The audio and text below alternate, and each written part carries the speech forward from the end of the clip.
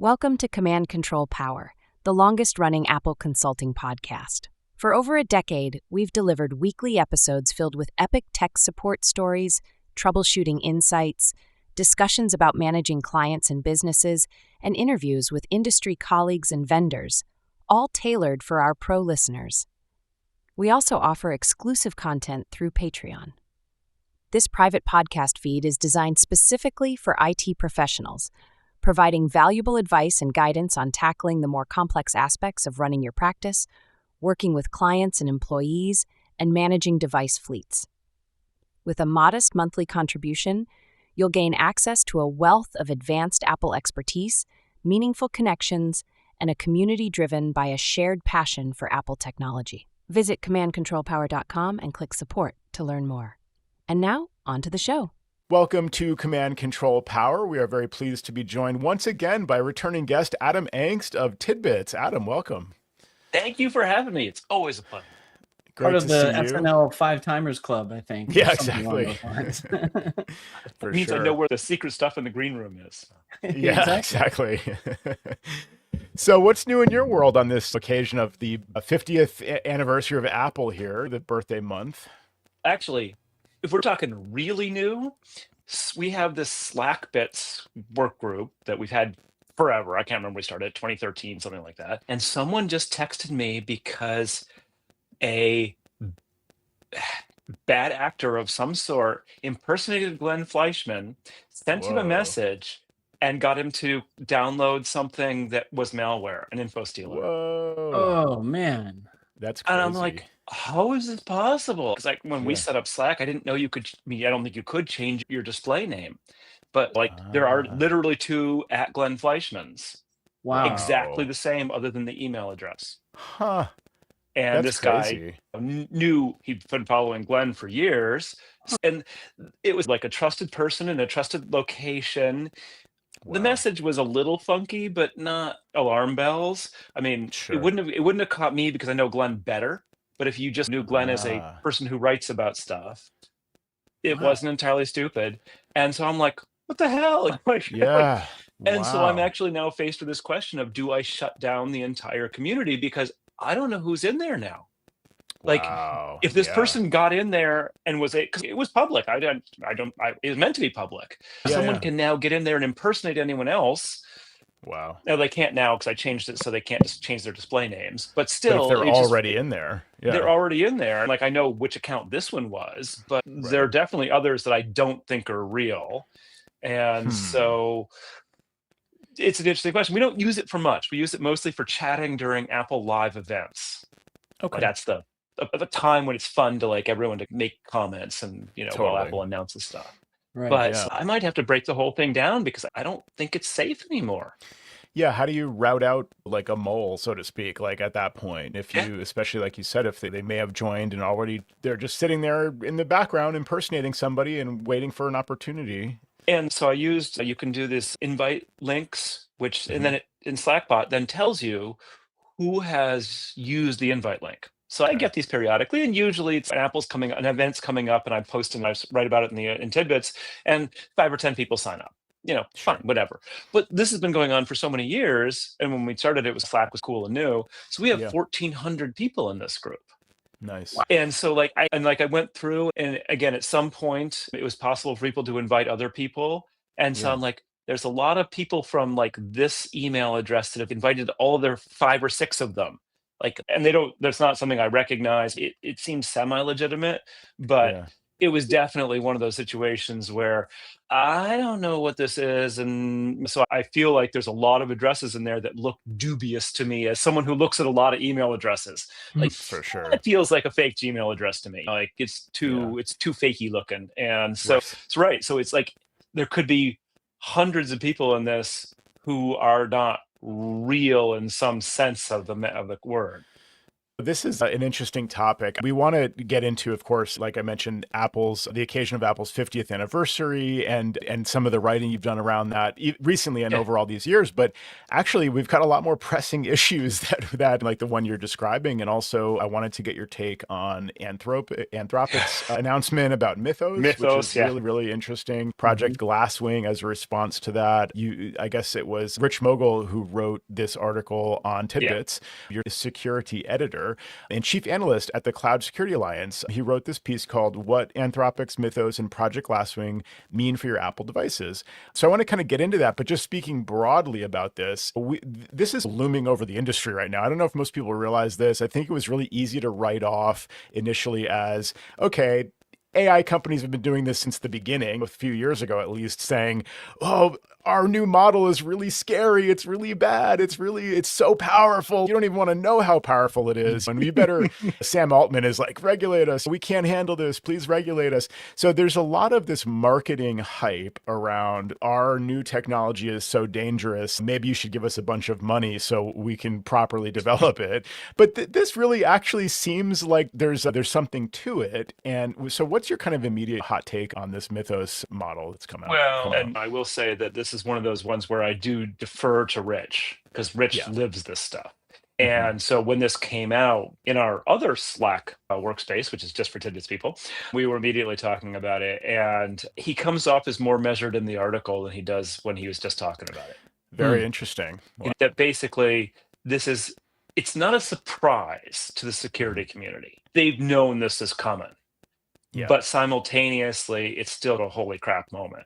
When they find a 27-year-old bug in OpenBSD and a 16-year-old bug in FFmpeg, like these are real, and they were pretty clear about how, okay, maybe they're exaggerating, but we can only tell you about 1% of them. We can't tell you about the other 99% because they haven't been fixed yet. Yeah. And let's assume they're exaggerating.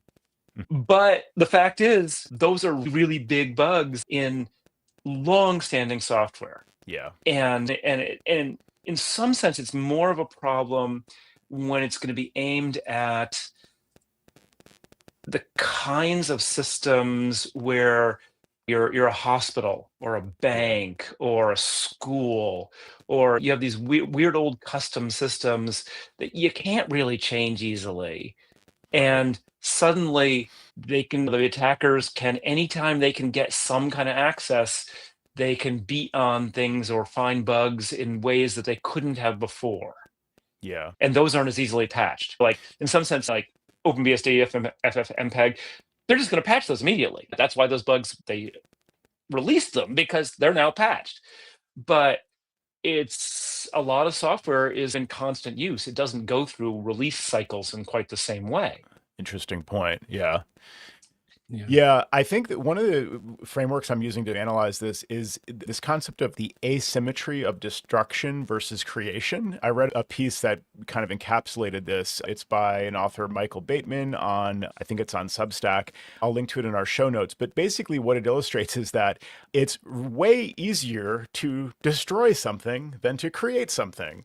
So, the stakes are so high for the software like you're referring to, where 1 0-day bug, a 0-day means that the developer doesn't know about it. No one knows about it except for the hacker. These are bugs that are basically looming over us that could bring down a system that's really hard to build back up again. So, these hackers can really do a lot of damage that's not easy to solve. So it's easy to find the problem, easy to exploit the problem. And now these tools are making that much easier. So apparently what Mythos can do is you can say, here's like a version of OpenBSD, like you mentioned, or here's a software package like Google Chrome. Try to find a bug that will crash the software, or try to find a bug. And you could basically just tell Mythos to do this, let it run overnight, and you come back to, hey, I found this bug, and here's how to exploit it. So now a hacker with that information can do a lot of destruction, whereas solving this problem might be much harder to coordinate, might be much harder to find the solution in the first place, and certainly to deploy it before the bad actors get after it. So there's a lot to unpack there. One of the things is I don't think of it, the destruction creation is certainly true, but I think of it a little bit more as red team, blue team scenario. So Cory Doctorow has a wonderful book called Red Team Blues, which was not a security guy, so this was my kind of best example of like how these terms are used. But red team is attackers. And it's always easier to attack because you only have to find one way in. Yeah. If you're blue team and you're defending, you have to block every possible way in. Yeah. That's another asymmetry. You don't know which one's going to get found, so you have to find as many as possible and block all of them.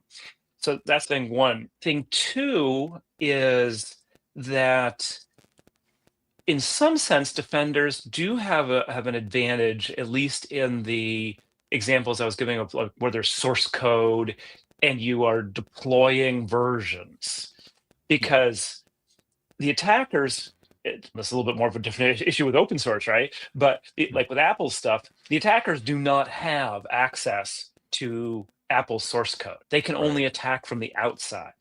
Whereas the defenders can run Mythos against the source code itself and have it look for patterns that are going to explain problems and solve them that way. So that's a place where the defenders actually have an advantage. The third thing is that we make it sound like, oh, you can just run Mythos overnight. And to an extent, that's true. But if you actually read Anthropic's article about what they're doing, it cost to find the OpenBSD bug, it was only $50 for the actual prompt that found it. But they had to spend $20,000 in compute to get there. Okay. Because it's multiple passes. It's just iterating over things and passing over the source code. So it's not any particular one, but they had to do all the others.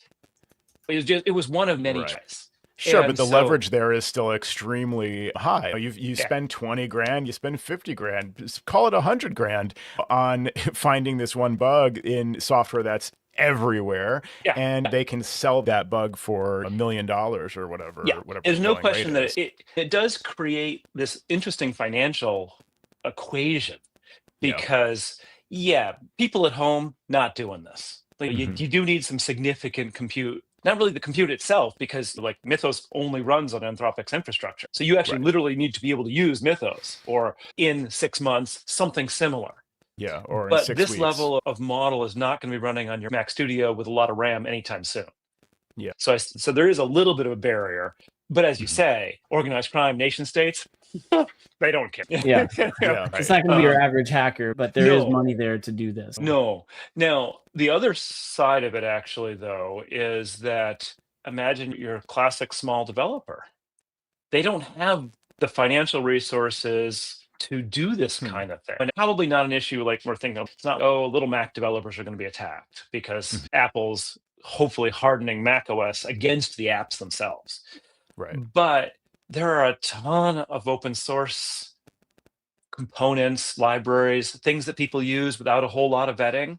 And can all of those afford to be run through Mythos or the equivalent? And my head just blows up nonstop these days. I think ChatGPT, OpenAI just announced, was it GPT 5.4 Cyber? Which is their version of this. And I'm like, come on, you people. Like, give me at least a moment to breathe. I know. A day or so after the Anthropic announcement, OpenAI was like, we have something really scary too.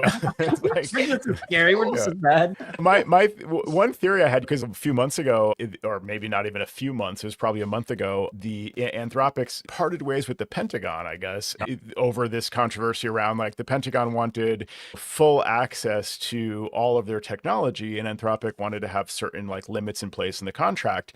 I wonder if this was it. It's if they have this new model and they want to like carefully bring in trusted like software developers and things like Apple and other big companies, and the Pentagon says we want to get in there at the same time or first. That's interesting. And now, of course, with the deal with OpenAI, they apparently don't have the same kind of limitations. We thought it was about autonomous weapons and surveillance and things like that. It could have also been like hunting for 0 days that they can then exploit and put in backdoors and software and stuff. And there are times when, it's often very difficult to understand the levels at which everything goes on. But I don't disagree with you. This could have been a situation where Anthropic feels that this is a dangerous level to do. Then, of course, you get into all sorts of philosophical questions of what are private companies allowed to do and not do. And the simple answer is, well, if you don't want to sell to the government, you don't have to sell to the government. There's a different issue. There's a different question if you wish to be selling to the government in certain ways, but not in other ways. That's a little trickier. But I do feel as though we have really gone down rabbit holes that we did not anticipate, not even many years ago, in terms of who can be trusted with what. And exactly. Could we trust Anthropic? I don't know. Not hugely. But do we trust all the other parties in play? Not hugely. Yeah. The closest analog we have is nuclear technology, and that was developed by the government. And so inherently they were able to regulate it by just having that control from the beginning and, having treaties with other nations that, gained access to this technology. And also with nuclear, you have, if you're talking about nuclear weapons, you need access to, what do they call it? Physical materials, uranium and things like that, and then refine that. And you need a certain technology to be able to refine it. And so you have these leverage points where you can exert control. You can make it so it's hard to get. First of all, it is already hard to get, to mine that type of material and refine it. And you need access to that. And that's the barrier to entry. Whereas with this type of technology, it started in the private sector. Side point there, if the private sector has it, you have to wonder what the NSA has. There's no way that they're how did they do that? This is amazing. We'll never get there. I'm sure as soon as ChatGPT came out, the government doubled down on their projects to figure this out and probably hired some people away or whatever. So they're probably already doing it, but the cat's out of the bag. We know more or less how to build a model, train the model, and develop it into a product. And you need, as you put earlier, a heavy amount of compute. That's not inaccessible though. And some people say to regulate AI properly, we should limit access to GPUs. We should limit access to the different types of technology that they need to be able to do this. But to your point earlier, it's in the private sector's hands right now. Should it be? Should we regulate it how do you reckon with this? Is anybody's guess? I literally don't know. I mean, and I think it's also worth noting that, as you say, that other people can develop this. We've seen China has more big AI companies than the US. From what I gather, they're generally considered to be 6 months behind. Right. Oh boy, 6 months. I know when 6 months from now is going to be. It's October. The world could be changing in October. That's the level of when you think about this stuff. And so I think, and to be fair, Anthropic is in a really interesting position. What would you do? It gets into a whole lot of issues, which I don't think most of us are trained to deal with, honestly, in terms of ethics and governance and that kind of thing. And we are in a world where authority entities of all sorts have basically lost a whole lot of trust with the public. Yeah, we don't have the trust of institutions, and yet we have the biggest need we've ever had to to have reliable gatekeepers for information. We're being corroded by the social media algorithms still, and everybody says, do your own research. Okay, but should we wear a mask or not? I'm not going to go study that. I need the answer now. And the fact that do your own research has become a catchphrase for I'm a conspiracy theorist. Yeah. You can't disagree with the words on the face of them, but realistically, even when you quote unquote do your own research, there's so many materials out there that are designed to deceive. Totally. We're not even talking AI. Forget the AIs. This was people doing it. And so you bring the AIs into it and just get one more thing. I will say that I do have a science fiction-y way forward, which I hope is not that far off, which I've actually been, I don't know if I've been writing about it exactly because it was too science fiction-y, but I've been thinking about this for years and years, which is that I think we need basically agents, autonomous AI agents that are working for us as individuals. Like right now, our iPhones are protected because Apple is protecting them. And that's good. I'm not complaining about that. But the fact is that requires Apple to be spreading this stuff widely, whereas a lot of people, like the person who was just targeted on my Slack channel, a lot of people are targeted directly and by phishing, whatever. And there's not much to do with that. Like this guy fell for something because it was really believable. And he's actually like an IT admin and privacy person. So he was really embarrassed. But the fact is, like, what if we had an agent who was sitting like at your router, looking at your traffic, working only for you, not reporting back to anyone, not a software as a service, no accounts, like literally code that you run on your machines locally, that is always looking out for you and looking at incoming traffic, looking at outgoing traffic, doing that kind of thing. Again, we've got little hints of it. There's, what do they call them? Border routers for enterprises that do this sort of stuff, that scan for enterprise data that should never leave the network. Right. So we've got the models, but what we don't have is this stuff running on local devices saying that my device should never be sending my credit card or my passwords or things like that. And I'm sure we could extend this, it's science fiction, we could extend it any way if we want, but I really do feel as though we need individual protections at this point that are not provided by some entity in the sky. Who do we trust them? Yeah, we generally trust Apple, but there's certainly lots of other companies that we don't trust and who are still running things on our devices. Adam, I'm curious. I don't know that it's as science fiction-y as you say. It's not. Please, I hope I'm wrong. I hope it's revealed tomorrow. With the ability of local AI models and things like that, I don't know that it's potentially that far off from what you're saying as to be a consumable thing, not just for enterprise. Yeah. So I think it's very possible. And I think that you need something to advocate for you, artificial intelligence or otherwise, to be able to help protect your domain. Right. The question is, can they go rogue on their own? Like, can something? Yeah, that is a real question, and I do think this sort of thing would have to be an open source where like everyone could look at its code and all that kind of scenario to make sure that it was what it said it was. Yeah. And would Apple allow us to run it on our devices? I don't know. That's another thing. Apple doesn't trust other people either.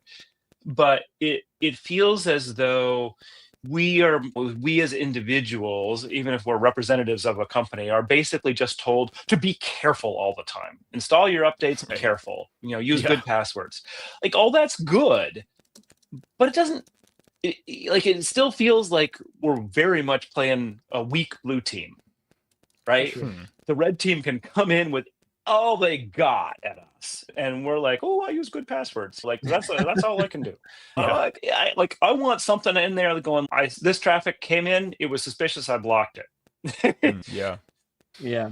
It's an interesting model. The concern is then the problem is moving more and more upstream, because then these models that we're running as our little personal defenders could then be exploited by a hacker that's going to develop a workaround for that. Just like we work around the guardrails that these companies put in place on their models. How do I build a bomb that can kill as many people as possible?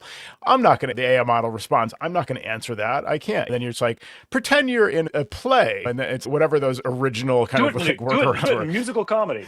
Yeah, exactly. It's like, then you get the answer you want. The hackers it happens all the time where it's a cat and mouse game. They find some way to route around the protections that we have in place. So that said, I think the fact that we do have AIs now that are increasingly gaining capabilities, and you look at the OpenClaw stuff, which scares me silly at the moment, but but it's definitely going in that direction. What we used to have, in essence, were like virus signatures, right? You'd be running software that would look for the signatures on your drive at all times, or look at checking your downloads. And those were really easily circumvented because they were deterministic. Whereas if you have this agent running, and it's an AI agent that can, in theory, be updating its awareness of its environment, maybe that gives you you're no longer a deterministic target. Put it that way. Yeah. Exactly. We have to become more sophisticated with our defenses as the attacks get more sophisticated as well. Yeah, going back to Mythos and just what it means and analyzing, whether there's a real concern, it occurs to me that, again, with the marketing angle, that's an easy way to say, it's overblown. And yet they're promoting this plan, this Project Glasswing, to lots of big tech companies who are engaging with them. So they believe it enough to know that there is a real concern there. So it may not be as overblown as we might hope. The other concern is a secondary effect, which is hackers that may be sitting on 0 days are now incentivized to sell them quickly because they will likely be found by the vendors and patched before they can go to market. And in other words, the way this stuff works is, let's say I'm a hacker and I discover that there's a vulnerability in some Mac OS that's not patched by Apple. I might sell it to a nation state for $1 million, or I might be holding out for $5 million. And if I think they're going to patch it any day now because this Project Glasswing is going to help them find it, I better just sell it and put it out there. So we may be like accelerating the low-hanging fruit of 0 days that are already out there, just not currently being used or not being used as widespread. They might be used by a nation state only, but someone else has access to it, and now they're going to start to sell it to some of the secondary and third market. It's hard to know. I don't know enough about that market to know like how people, what the economics of it are in terms of holding on to things. If you may want to sell it quickly before someone else finds it, because then the value of what you've got goes to zero. And similarly, just because you found a vulnerability that you can sell doesn't mean that whoever buys it weaponizes it into an exploit. Or we don't know how they weaponize it into exploit. So it could be, if it's nation state, they could be more interested in a very targeted exploit that they're going to use against a particular person who they want to get. Yeah. Whereas if it's organized, or people or type class of people, but in any event, whereas an organized crime, they're just interested in making money. So they're probably going to weaponize it in such a way that it can be more generally used. So when we looked at, you see the Karuna and Dark Sword exploits, they were kits. They put together numerous exploits to be able to take over things. And both were they may have started in this relatively rarefied, want to target this type of person or this particular person, but they, for whatever reason, ended up being sold on the market and then being used in watering holes where they could get anyone. Yeah. So you wrote an article about Dark Sword just a few weeks ago. Now that's how fast this moves, about how it was at that time threatening iOS 18, and Apple had not patched it in iOS 18. Apple still supports iOS 18, but it doesn't get all of the security improvements. And there's always this question of how long will they support it? They did go back and patch that exploit. It's obviously the right thing to do. And it was actually more complicated than even that, because Apple had, in fact, patched the exploits that Dark Sword exploited already.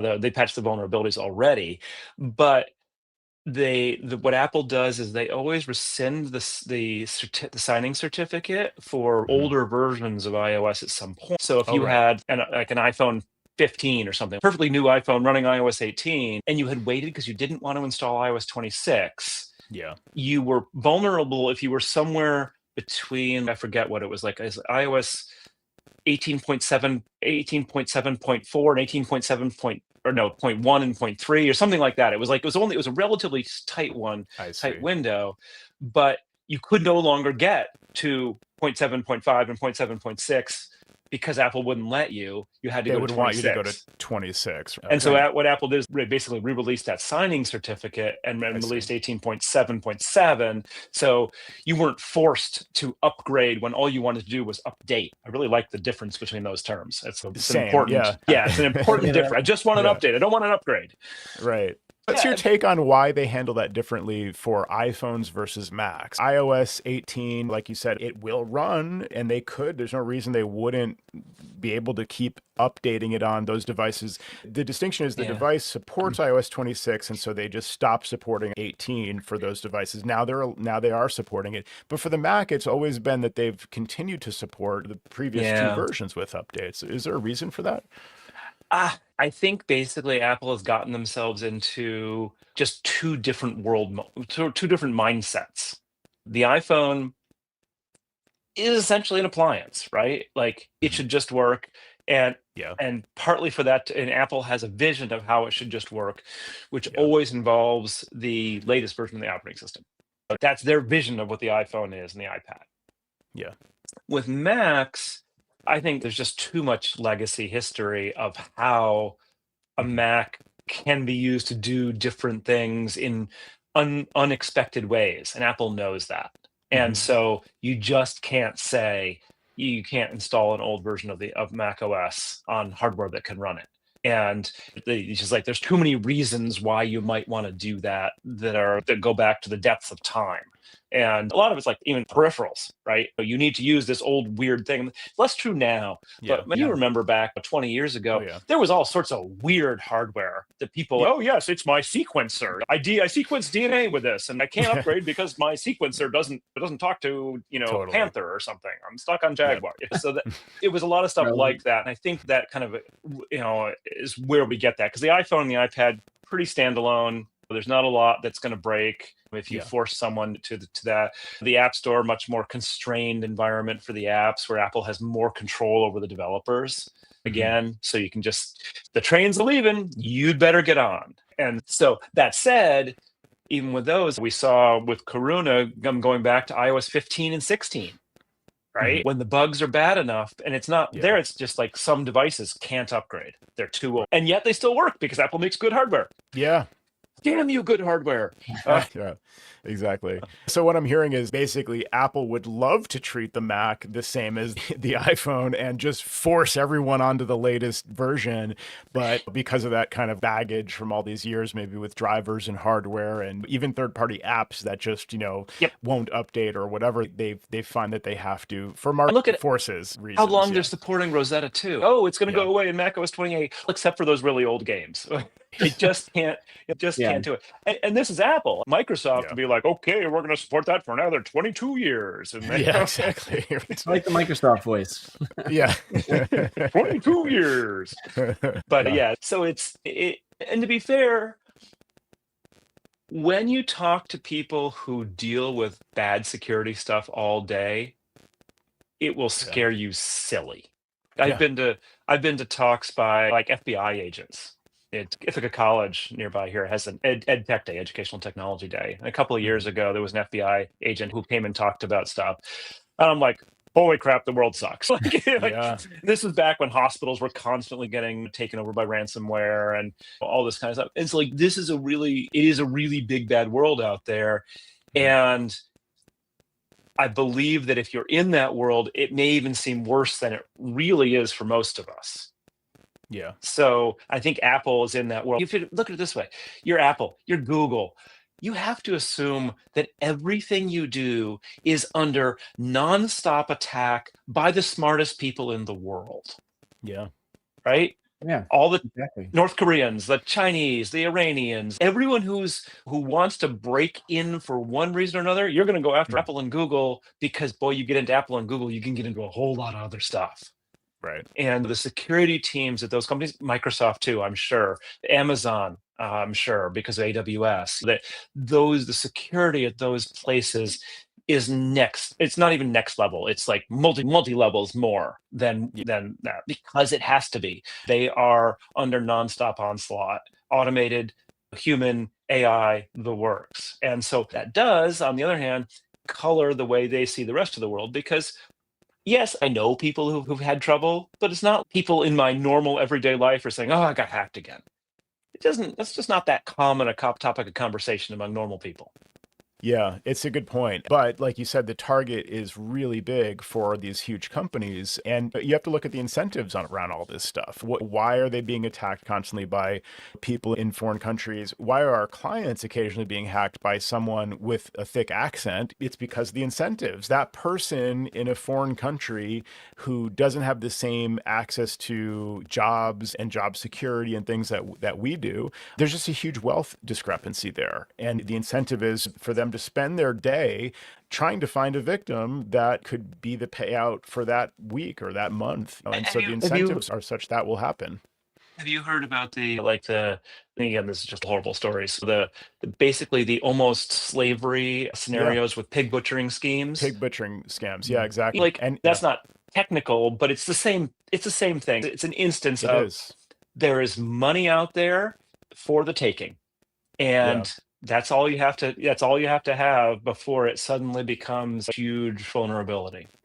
I thought I was on the forefront of the social justice kind of attitude of like when these people would call and try to scam me, and I obviously knew it was a scam. I would say, put me on your do not call list, and I hope you find honest work. Yeah, Like, that would be my parting word. I hope you find honest work.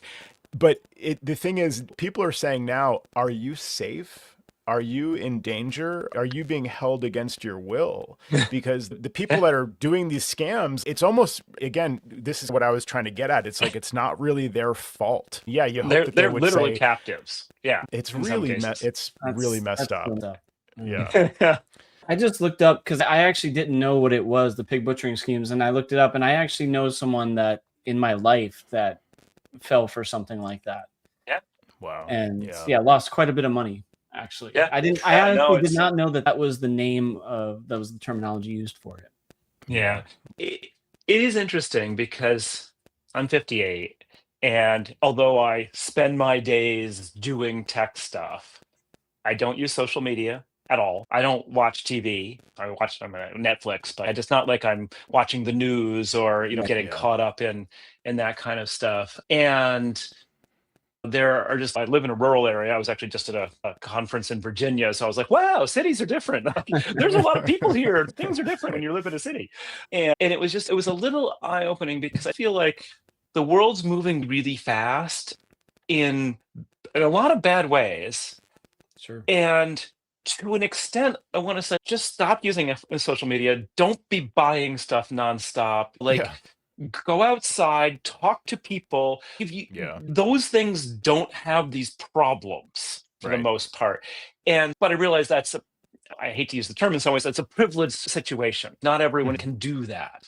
But I do feel as though it's a little bit of not really get off my lawn, but things used to be easier. Sure. And they did. This is just what people are dealing with now in terms of this just onslaught.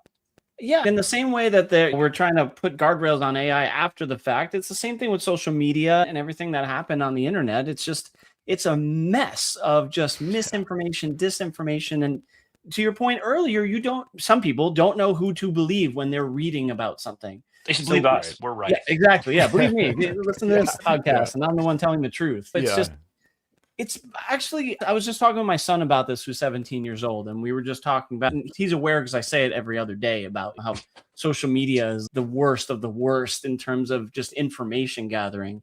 Yeah. And at least he acknowledges it for his age. But it's very difficult to tell someone, a young person growing in that age, that this is just hot garbage being delivered to you on a daily basis. Totally. Yeah. And it's hot garbage with many agendas, all of which are against you. Yes. Yeah. The company at the top, guaranteed against you. All of the providers down the chain against you. Yeah. The advertisers who are making it possible against you. Again, this is a little bit of why I think I want these agents protecting me. I want the agents that's a bad idea. You don't want to go. You don't want to go to that site. You do not want to read this social media stuff. This is not a good idea. As long as it was working for me, and it was I knew what it was doing, so it wasn't the nanny state or something. I feel like that might be useful because there is that level to which I still remember when the games got really good and addictive, and it was this isn't fair. Madison Avenue is really good at making things addictive. They've got decades of experience, and now we mere mortals. Oh, this is a fun game. Yeah, it's a fun game until you're playing it for 6 hours a day. And the Candy Crushes and Angry Birds. The Angry Birds guy took it away because he was embarrassed at having done this to people. Yeah, that's the behavior we need. I'm sorry, I didn't mean to ruin your life.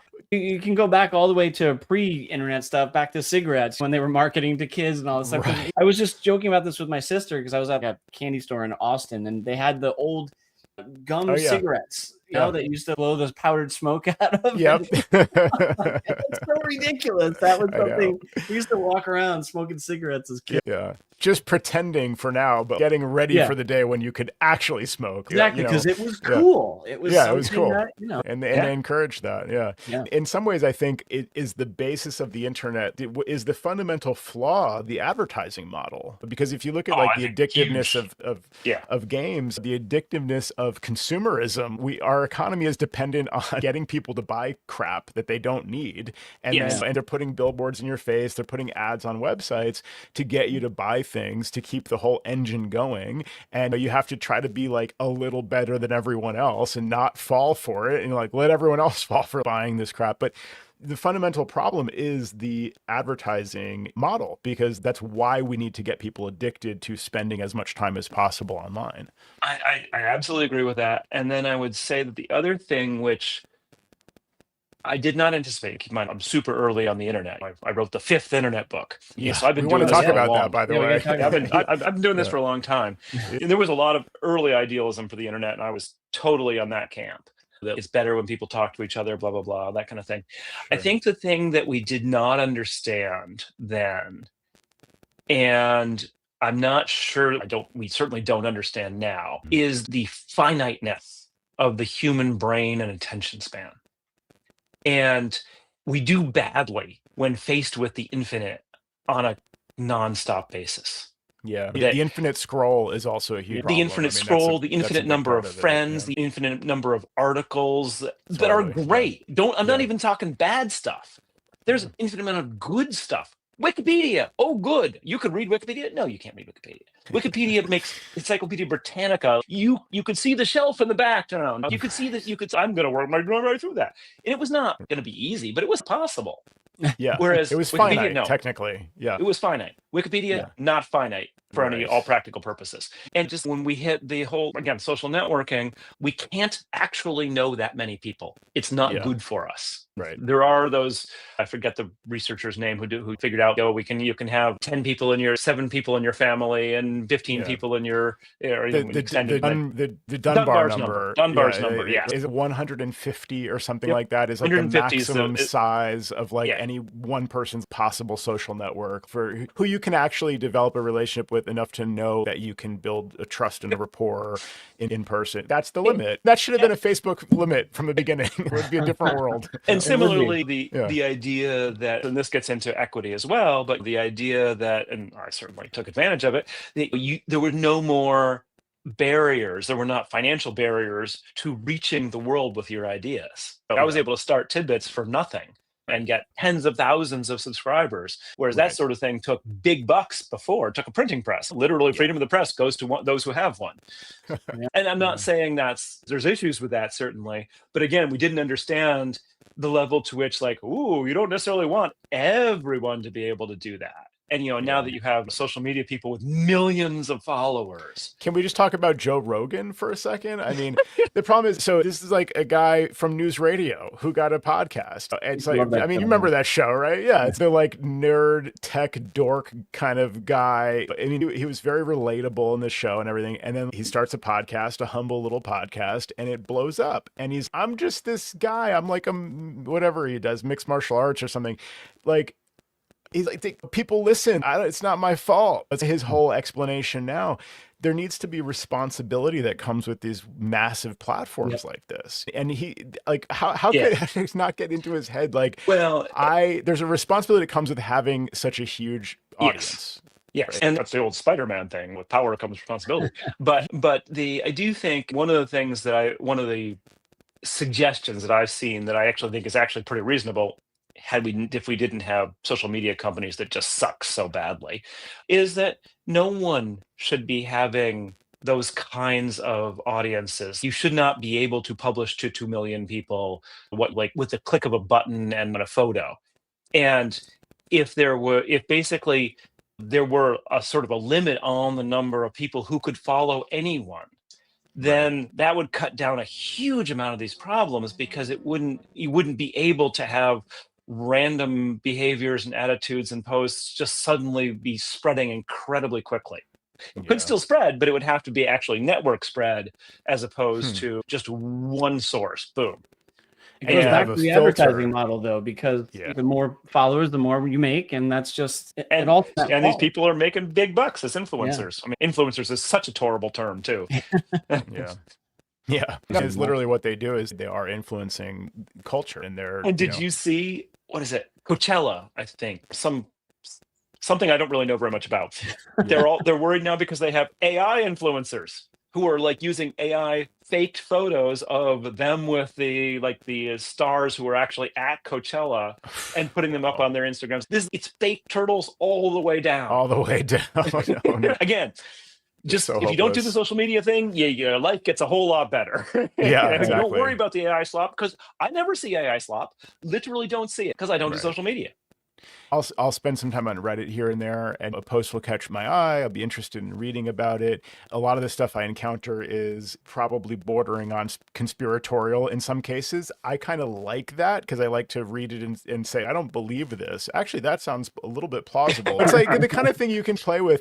But a lot of the comments are bots, right? There's just, and you really have no way of knowing, but in some cases, you just kind of have a spidey sense about it. That looks like a fake account. This is another fundamental problem, is the fact that you don't know, most people probably don't know, or maybe don't care whether something was written by a human, thought of by a human, or whatever, whether they used AI for it or it's just AI just creating it from scratch.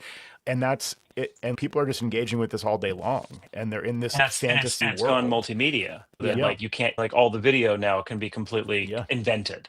I mean, Yeah. and like it's not that we couldn't do fictional video before, but there was a cost. Now Yeah, there's there's a no much cost. higher cost. Like, again, Exactly. it turns out when things are expensive, most of the time they aren't as abused because people don't have the resources. The abusers don't have the resources, which is a terrible thing to think, right? Because don't we want sort of democratization of access to capabilities? But maybe not always. I'm telling Right. you, Well, I mean, yeah. I think there was an article written recently. I don't remember the source, but about how people are more likely interacting with bots more than regular humans, and they don't even know it. To your point, Joe, and social Right. media threads and things of that nature.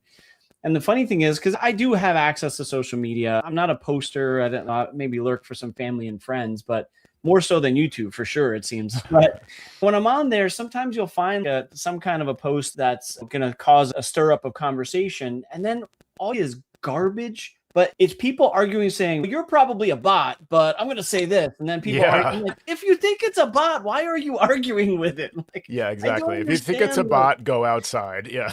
Like, phone down, walk away, man. Yeah. And it's just really bad out there. I mean, you think guys that's are better for not being on it at all. Yeah, no, like I said, Reddit, but I don't post much or ever. I just like to read stuff there. It's like a source of sort of news. But yeah, I think so.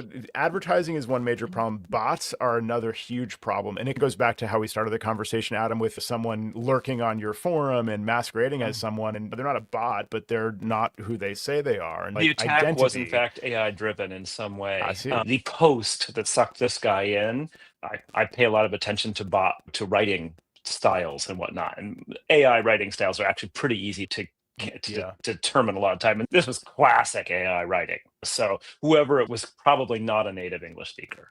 And so it didn't sound anything like Glenn, but it sounded like it was well written in that kind of AI-ish, slightly repeat what you said. AIs tend to repeat themselves a lot. You may have noticed. Totally. And certain other little tells. So, but that requires a fair amount of experience and also just time. You have to read quickly enough. That one that almost got me the other day. I don't know if you guys run into this. I probably should do a TCN article about it. The e-card attacks, where you get what looks like it's like an invitation. So you get an envelope and it was inviting you to such and such. You click through and it wants you to log in. You're like, oh, I don't want to log. Whoa! You should not have to log in to see an invitation. But I got one from a former Macworld editor who was compromised, and he was sufficiently embarrassed. He explained to me what he'd done wrong. It was just like, again, a conflation of perfect storm events. He was expecting something from the person, and there was an event coming up and all that. And he was it's the wrong time of day. He wasn't paying. Totally. Working a little quickly. Tired and so but I also do think that, again, the AIs are just getting better and better. And so the people who were going to be, we used to just say, oh, look for bad English. No one's got bad English. And they're spam now, unless they want it to be. Like, there's no reason to have bad English in your spam. And there's no reason why you can't just steal an existing message and then edit it to make it look right. You just even tell the AI to edit it. Come on. Exactly. So this has been what I've been worrying about for years. I used to say it's bad grammar was the only thing stopping a lot of these scams for a long time. With bad grammar. Yeah, exactly. And so the more you pay attention to you read carefully, like the better off you might be. And like, again, a lot of clients could be caught. It's like late at night and they're tired, and one of these things slips through because they're not reading as closely. Now we don't, like you said, there's really no reason that any of these scams should ever use bad grammar, and that's not going to be a tell anymore. The prompt to log in and also the lack of an auto login should be a very big clue. But again, you're training clients about technical things. Like why I explain to clients that the reason to use a password manager is, number one, to be able to use strong and unique passwords for everything, because that's like the fundamental thing. That's where you need to start. You can't reuse passwords and you can't make one up. And I explain all the basics. But the other reason to use a password manager is that it will log you in automatically. It knows if you're on that website or not. And so if it doesn't autofill, like, then you should pause there. But they have to remember that. They have to keep track of this technical reason. Their tech guy told them once that they should be careful if it doesn't autofill. They're not really going to remember that in the moment in this kind of situation. Now we're transitioning to passkeys, which kind of basically do that automatically. Like a passkey it knows the website and it will offer to use it. So we're moving in that direction, but a lot of people are still prone to these kinds of exploits, really, of their psychology. Well, I hadn't quite put this together. I'm not sure if what I'm going to say is going to make total sense, but like when I say I don't use social media, it's not that I don't spend a lot of time talking to people on the internet, but I do so in constrained places. TidBITS talk, a little bit the Mac admin Slack. I'm not a big Slack user, but Slack, constrained places where there are only people. I also have for my running club, we have another discourse forum, things like that. So it's not as though you can't like interact with people online, but there is a big difference when it's a relatively constrained group and not just open to everything on the internet. And where I'm going with passkeys on that is it feels like there's something slightly different about passkeys because of the cryptography involved, where it's constraining the communications in a different way than passwords. Because anyone can enter a password, whereas only your device can provide a passkey. Maybe it's a little bit of a tortured analogy, but I feel like there's something there in the commonality of not being open to everything. Yeah, I see the analogy there. Yeah, actually, that's a really interesting point about the openness of a standard social network. And again, it gets to the advertising model because it needs to be as open as possible to encourage mass communication across huge networks of people that are only loosely connected. For example, last week, my wife said, oh, this person I went to high school with, they have 2 kids now. And they had invited her to connect on Facebook. And it's actually, you have had no contact since high school. We're in our 40s. It's been like 20 something years. You don't 30 care. Years. Really, you don't. Yeah, I know you don't care. You didn't know anything about this person for the last 25 years, and there was no downside to that. And connect. Why? Like, there's no point. This could be anyone. This could be a person just walked by who has 2 kids or whatever. It doesn't really matter that you went to high school together. That has no relevance anymore. Anyway, the point is those reasons that people connect online are very flimsy in the first place. Like, but if you at least have some kind of closed or unifying way, in your case, bringing together people in TidBITS talk or our Mac admin Slack community or something, it's insulated from the general public. It's a closed system. And so there's some trust maybe inherent to that. And I think it gets at this whole bot question, or I think it's a big problem to solve going forward. And I don't know how you do it because people can game that system too. They can pretend there's someone that you know. I think with Mac admins, you have to apply, don't you? They don't just... Yeah. Someone has to approve you. There's a gatekeeper of some kind. There's a gatekeeper. And that was I didn't have for Slack. How does that work though? How can you, at some point, someone is verifying someone's identity. I'm saying I'm this person with this company, and I'm an ACN member or not. Passkeys, basically it's cryptography. Interesting. There's no that. And then so what's at the base level of that? It goes, I guess it's the mark of the beast, right? The chip that we're all going to have embedded that's going to prove our identity, because is it a fingerprint on your finger, literally, or is it a government issued ID? Like, how do Apple's you? actually done a relatively good job of that, in the sense of, you do tie it to a lot of stuff. The identity that you establish via your iPhone and your Apple account is tied to a fair amount, and so it's not perfect, obviously, and we get into all those like the age verification nonsense things. Yep. But I do feel as though there are things that can be done to prove you can prove you're not a bot relatively easily. The proving you're not a Do you think hacker is so? a different problem. Yeah, proving you're not a bot, although A bot is not going to be able to come up with an iPhone, right? They're not going to have Sure. an ID in a secure enclave. I think Joe's got some in one of his Reddit forums where he's not believing it. even what's the famous example from a year ago? That ancient history in the times of AI, where I think it was an OpenAI model or something that engaged with a mechanical Turk human person to solve a CAPTCHA, because the AI bot said basically, I'm a human, I'm just blind and I can't see this, so could you please help me? And they paid the AI bot paid a human to solve the CAPTCHA to prove that they weren't a bot when they were. And this is this is part of their testing that determined this. I'm sure if it happened in testing, it can. I'm sure people are using this today to get through CAPTCHAs, or just paying humans directly to just solve the CAPTCHA. There is a certain level with a lot of this stuff, and this kind of gets back to the whole AI is going to take your jobs. No, AI is not going to take your jobs. People are going to get rid of your jobs. Let's be real. There's a person who's making that decision, not an AI. And not yet. I think. But not maybe not. But as soon as we're out of alignment with AI, that's a whole different scale of problem, because you can it does literally feel as take though your job. But we are in the and this is troubling to me because I've always been one of those people who's been fairly optimistic about humanity. But boy, a lot of people out there suck. There's that level of, we didn't have any choice. We had to fire everyone because AI. No, you had a choice. So don't do it. Maybe you have to figure out a different way of doing things, but it's not as simple ever as, we had to do it because AI was so useful. You saw the big one was at Block, Jack Dorsey. Yeah. We laid off all these people. Once people actually started talking, they wanted to lay off people anyway. This was just an excuse. AI is a cover for that. Yeah, that was a cover. They weren't actually good, because I followed the whole AI and programmer stuff from a non-programmer standpoint relatively closely, and I'm willing to believe that there are people who are doing some pretty impressive stuff, but I also think it's not nearly as widely distributed as many people think it is.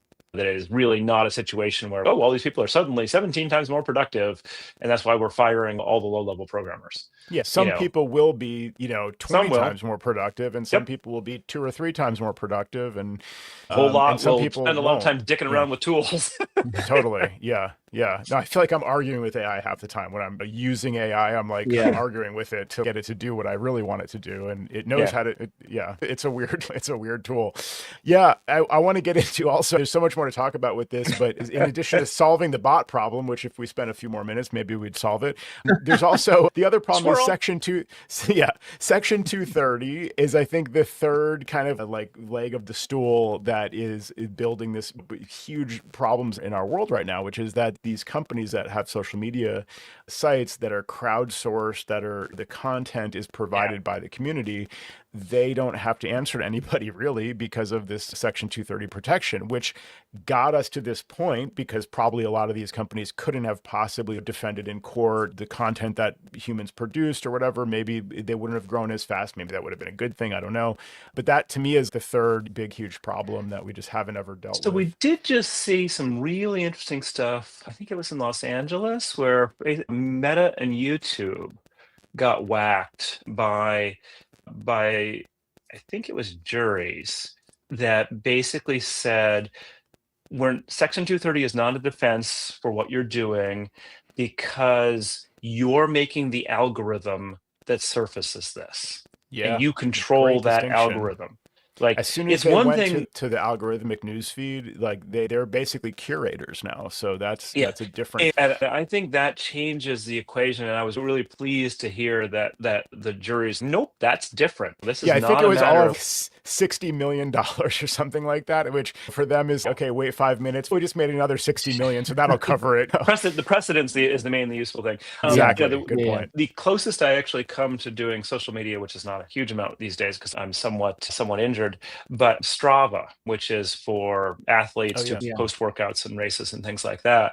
They actually were kind of interesting because they started out like normal, like all the social medias, and I actually think it's great because I can follow a relatively small number of people who I know, and I actually care about their workouts. I don't really care about anything else. I just want to see what they're running, where they're running, what they're doing. Ooh, that was a good workout, or a nice race, like, or what happened there. But a while back, Strava started with a chronological feed. And then all of them, they went to we're going to put an algorithm in and show you just the ones you want. And people hated it. Yeah. And it was really not popular. And I don't quite know what happened business-wise, but the founders came back to the company. And that was the first thing they did was let you switch back to the chronological feed. Oh, interesting. nice. And I don't know the stats on that, but I thought that was such a useful thing because you could then just say, I'm going to dip in. I know, like, I'm going to dip in. Oh, look, I can go back to yesterday. I'm not going to go back. I don't have this infinite scroll of, I don't even know why someone's further down than further up and whatnot. This is just simple time. My head can understand time. Right. And I thought that was a really important move. And again, one of those things that if you did it in other social media sites, it changed the equation because nothing would stick around. It wouldn't. The algorithm pulls out, this is the thing you're going to engage with because it's a big deal, it's controversial, it's a hot take, blah, blah, blah. As opposed to if it was chronological, it'd just be gone in seconds. Yeah. Because there's so much. Wouldn't that be great? Yeah. I think that would be a good alternative history to go back to. Although then it occurs to me that we have this flood the zone with crap in our politics right now, so that there's always the new thing that's bumping the old thing because each day there's something even crazier that's happening in the news that we seem to need to pay attention to. But actually the thing that happened 5 days ago or 10 days ago is still really consequential, and we've already taken our eye off the ball at that point. I have a personal theory, which is that you should not, it's hard to actually put into practice, but I believe that you should not read any news that hasn't been around for 2 weeks. Interesting. If it didn't stick around for 2 weeks, it's not news. Yeah. Simple as that. I like you said hard to put into practice, right? Like I like you can't really do it. But you'd also be like, oh, the world ended? When did that happen? Yeah, exactly. Yeah. Oh, I just found out my neighborhood was destroyed by a tornado 2 weeks ago. That sucks. No, this is more for the like national and Politics international news and things like Yeah, that, where like huge horrible stuff going on, like bombing of Iran. This is going to be around for 2 weeks. There's no question, right? Yeah. That's stuff that happened in Gaza or like those aren't flashes in the pan.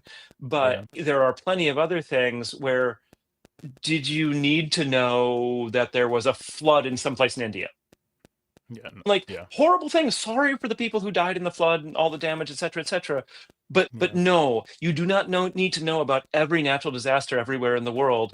And no, it won't be in the news in 2 weeks. Here, it will be in India because it's important there. And again, there's no way to really do this. My approach is I actually don't read news either. But I find that it filters in. If you're in the world, you're talking to people, stuff comes up. It's only very infrequently that someone says, hey, did you hear about such and such? I'm like, no, I didn't. And I'm kind of surprised because it seems like a big deal. So the filtering in, I think, is useful. But part of the problem is that there's just, again, this goes back to the infinite. Like, how much do you need to know to be informed? Yeah. And how informed do you need to be? Will it change your actions? Yeah. And I think that the vast amount of what we read consume, whatever, will not change our actions in any way, shape, or form, and therefore is best avoided. Yeah, so, boy, do I sound grumpy and old. No, that's a really good point. Essentially, we've given away unlimited amounts of our attention to these big companies, to news companies, or even Apple and and providers even and great things. news, very well done news. No, I'm not arguing quality at all. Sure. But just, oh my goodness, shut it up for a bit. Exactly. And actually, it occurs to me as you're describing this scenario, we should be selling our attention to them. They should be, it's like, I will give you, I will give you 2 urgent news alerts per day, make them count, and and a little bit of updates from my network of friends or something. And that's what you get. And so make them count. Don't just alert me every time I get, anyway, we've all seen it, but you're getting advertisements now from Apple, of all people, through I'm waiting for the Maps one. I know that's a terrible idea. What is wrong with them? I'm not going to say anything until it actually happens and I see it. But this feels to me like an opportunity for civil disobedience in the sense of, oh, you have an ad? We're going to report that your business is closed. Nice. I like that. I can't wait to read your piece on this. Yeah, this is great. How many people are going to report that your business is closed? Oh, no, the door's on the other side of the building. Hey, just move the pin, flood the zone for anyone who's going to buy ads. Totally. Kill the market, because we do not freaking need ads in Maps like everything else in the world. Exactly. And Apple doesn't need more money. No. I'm sorry. They can stop. They have all the money. Especially if we're already paying for Apple One or whatever, like whatever thing, I'm giving Apple money to not see ads. That I thought I already made that deal with them, and now they're like, we're going to put in some ads. It'll be fine. No, I'm already paying you. They already have it in the App Store, and I only avoid it in the App Store because I actually only go to the App Store basically from a link, or I go to the app, I open the App Store app and do a search for a specific thing immediately. Yep. Like I never browse the App Store. So again, cut down on the infinite. I don't know. Adam, I wanted to talk more about Apple's history. If you have a little more time, I think we'll pivot to something a little bit more fun. Right on. Good advice you've given us here in part 1. I think it's really interesting to think about all this stuff as it's happening. The world is moving so fast, and it's just hard to get oriented to it. So we really appreciate you bringing that clear thinking to this crazy world that we're in. So that was part 1, and we encourage everyone to listen to part 2 with Adam Engst, where we'll talk more about the history of Apple's 50 years as a company. And Adam has been there since close to the beginning. So join us for part 2.